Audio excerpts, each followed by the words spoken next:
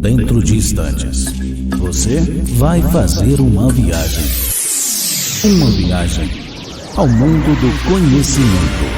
Com o Professor Luigi. Olá, professor.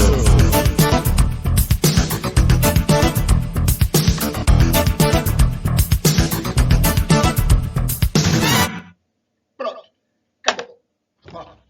Bom, eu sempre digo em todas as minhas videoaulas que o início de uma videoaula sempre trago um equipamento de laboratório e o seu uso desse equipamento, para você ter uma ideia porque cai isso no vestibular, tá bom? Então, hoje eu trago um equipamento chamado de, olha lá, acompanha o pontinho, cadê o pontinho? Está aqui.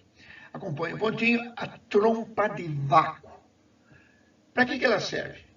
Para produzir o vácuo. Tá? Luigi, como é que é essa trompa? Aqui, ó. Essa daqui é de vidro, tá? Essa daqui é a trompa de vidro. Mas eu tenho trompas de vácuo, de metal, tenho algumas até mecânicas. São estruturas, são equipamentos para produzir o vácuo dentro de um laboratório. Mas para que isso? É porque às vezes eu preciso, por exemplo, filtrar uma proteína e eu não posso ficar meia hora esperando para filtrar essa proteína. Por quê? Porque senão ela desnatura, isto é, ela perde as suas atividades, a sua capacidade, a função dela. Então tem que ser muito rápido. E para isso eu tenho que usar o vácuo. Bom, como é que funciona a famosa trompa de vácuo? Vamos acompanhar lá no pontinho vermelho. Ó, ela está ligada, a trompa está ligada, essa daqui é mais simples, tá? Essa daqui está ligada numa torneira, faltou o registro aqui da torneira. Bom, sai a água. Aqui, ó, cadê? Aqui, ó, é pequenininho o negócio, bem pequenininho. Tá? Sai a água em pressão, a água sai com pressão, e o que ela faz? Ela arrasta o ar que está tudo aqui em volta. Arrastando o ar aqui em volta, eu vou provocar o quê? Vou provocar o vácuo. Então, se eu provoco o vácuo, a tendência do ar externo é tomar esse lugar. E aí ele vem. Portanto, ela aspira o ar. E aqui embaixo vai sair o quê? Vai sair o ar mais a água. É o princípio básico que tem na torneira de cozinha. Veja, a mamãe não tem, quando ela abre a torneira, não sai aquela água cheia de bolinha? O que são aquelas bolinhas? São ar. Então, a água arrasta o ar, ok? E aqui, neste caso, eu vou estar provocando o vácuo. Para que a gente faz isso? Para a água não ficar espirrando, tá bom? Mas aqui, eu vou provocando o vácuo, vou aspirar, ligado ao que nós vimos na aula anterior, ao filtro de Büchner e o Kitasato, sugo o ar, ok? Então, para que serve a trompa de vácuo? Para produzir vácuo no laboratório, evidentemente, tá? Muito bem. Agora vamos ao que nos interessa, que são as chamadas leis ponderais. As leis ponderais são em números de 3. 1, 2 e 3. Quais são elas? Então, vamos lá. São a lei de Lavoisier, a lei de Proust e a lei de Dalton. Ok? São 3. Eu fiz para você saber quem é Lavoisier, o pai da química, quem foi Proust, quem foi Dalton. Eu escrevi aqui um pouquinho da bibliografia deles. E olha uma frase que essa ficou marcada no mundo. Lavoisier foi um cientista que foi guilhotinado na Revolução Francesa. A cabeça, ninguém acha que a ciência é importante, não é verdade? E olha o que foi dito. Não há um século, não bastará um século para produzir uma cabeça igual ao que se fez cair em um segundo, tchau, na guilhotina. Ok? Depois, Proust, veja, foi ele que definiu, mostrou, enunciou a lei das proporções constantes ou fixas. E, por fim, cientista também que a gente tem que tirar o chapéu, é o Dalton, John Dalton, que foi um dos primeiros cientistas a defender que a matéria era formada por partículas ou átomos. Agora, deixa eu te mostrar uma coisa interessante. O que você vai aprender, olha o tempo, 1766, 1754, 1743. Gente, é coisa bem antiga, que não tinha essas facilidades que nós temos hoje. Portanto, não me venha com essa reclamação de que eu não consigo entender, eu não consigo acompanhar, pá, tapa na cabeça, ok? Bom, vamos lá então para o segundo slide, que nós já vamos começar com algumas leis, tá bom? Então, vamos lá, deixa eu apertar o botãozinho aqui. Pá.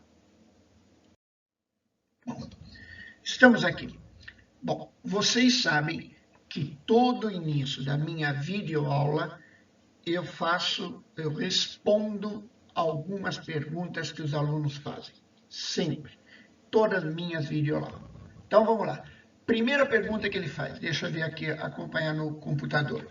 Vamos lá. A primeira pergunta que ele faz é, esta aula que eu estou dando de leis ponderais pode ser considerada como essencial para mais tarde entender os famosos cálculos estequiométricos? Sim, fundamental. Veja, os cálculos estequiométricos estão baseados em muitos conceitos matemáticos, como proporção, regra de 3, simples e composta, fatoração e outros dados.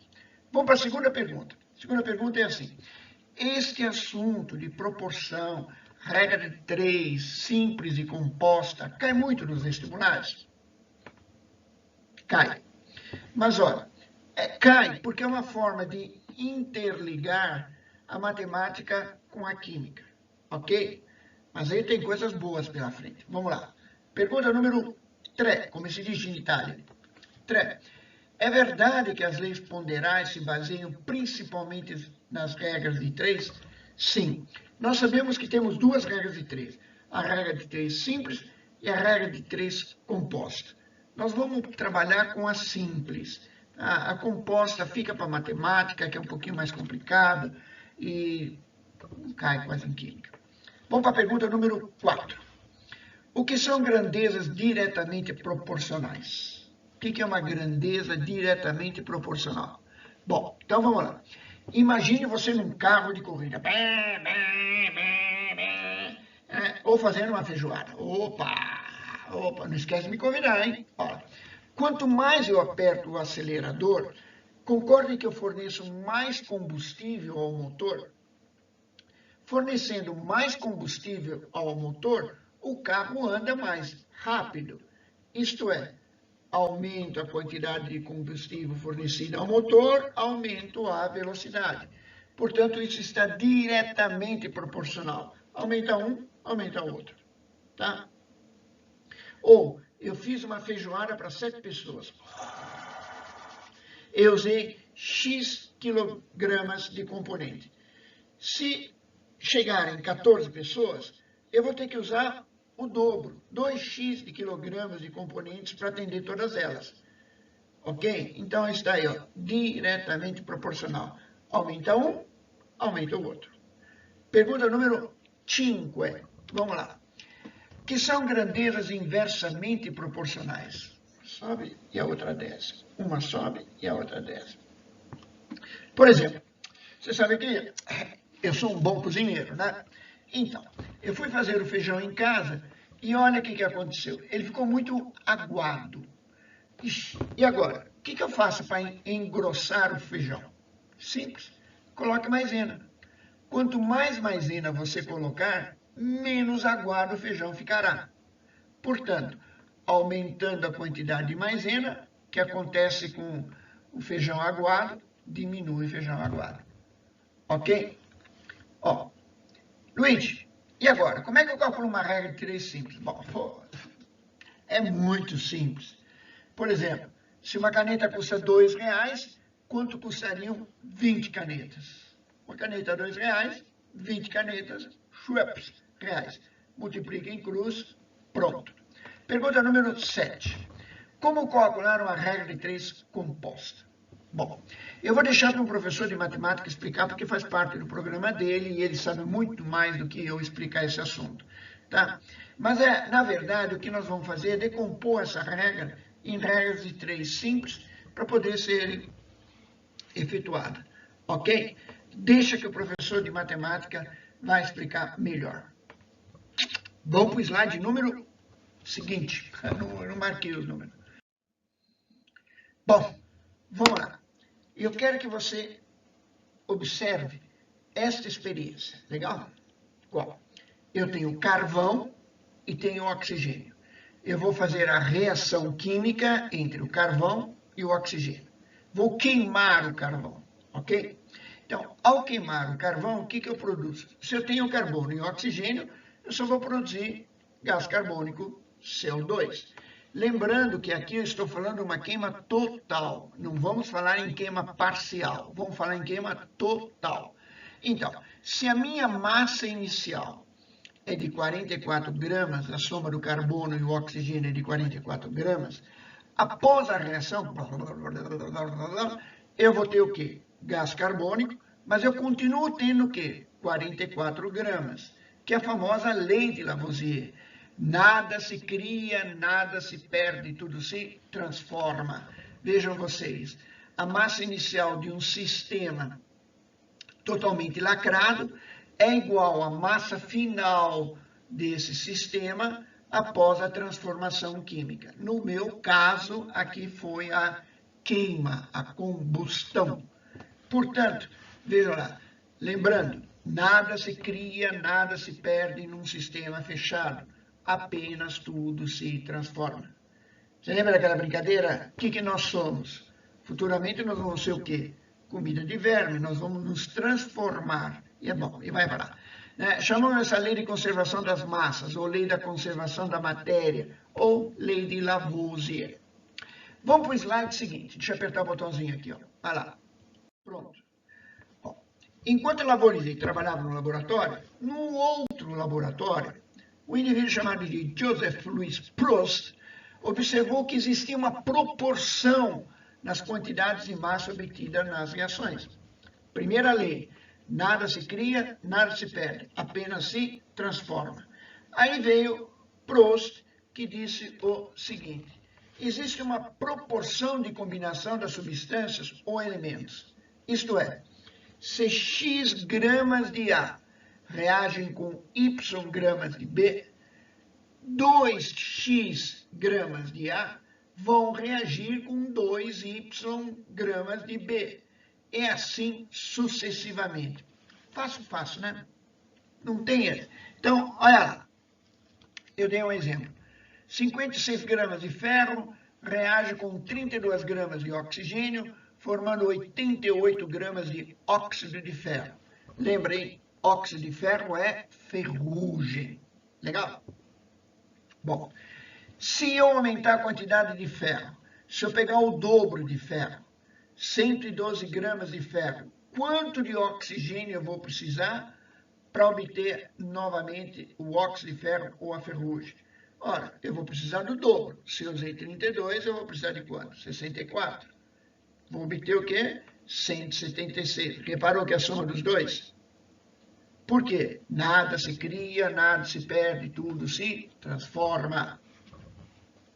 Continuando, mais um exemplo ainda para vocês. Ó, eu vou usar 158 gramas de ferro. Quanto de oxigênio eu vou precisar? 96 gramas de oxigênio. Quer dizer, fácil, para obter o quê? 254, que é a soma deste mais este. Química é difícil? Não. Vamos lá? Então, essa lei é a lei das proporções constantes, ou chamada lei de Proust. Ok? A famosa lei de Proust. Hoje eu cortei o cabelo, hein?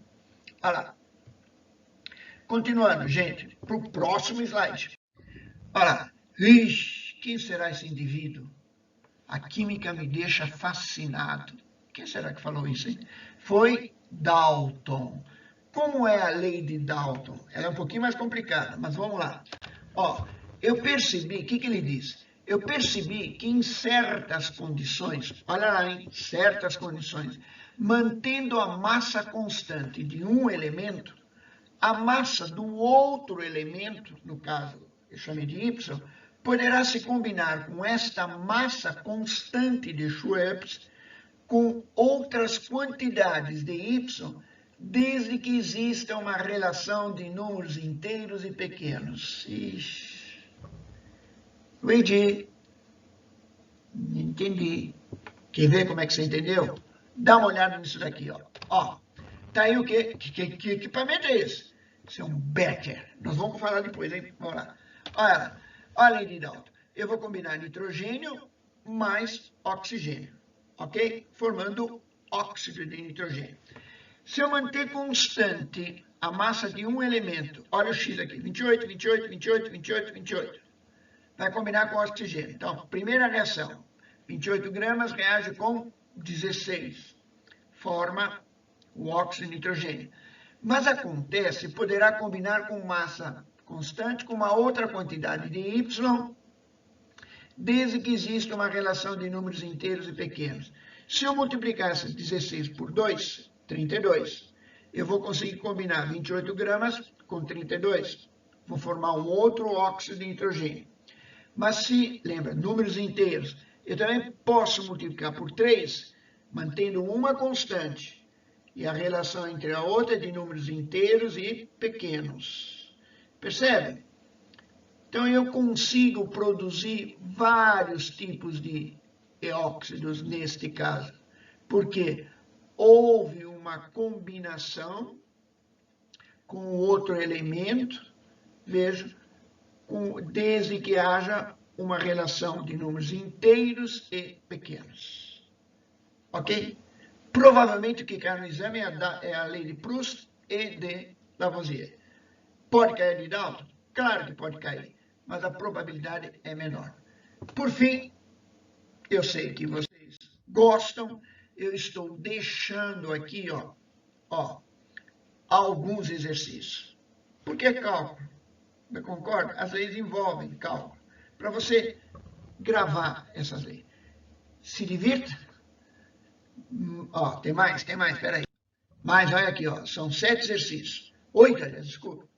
As respostas não estão aqui porque eu sou cruel. Eu quero que você me mande as respostas. Manda lá no professorluigi.com.br. Se tiver certo, olha o que vai acontecer. Se tiver certo, você vai ganhar um trevinho de 4 folhas. Ok? Sei lá, hein? Tem gente que ganhou e entrou na universidade. Fica ao teu critério.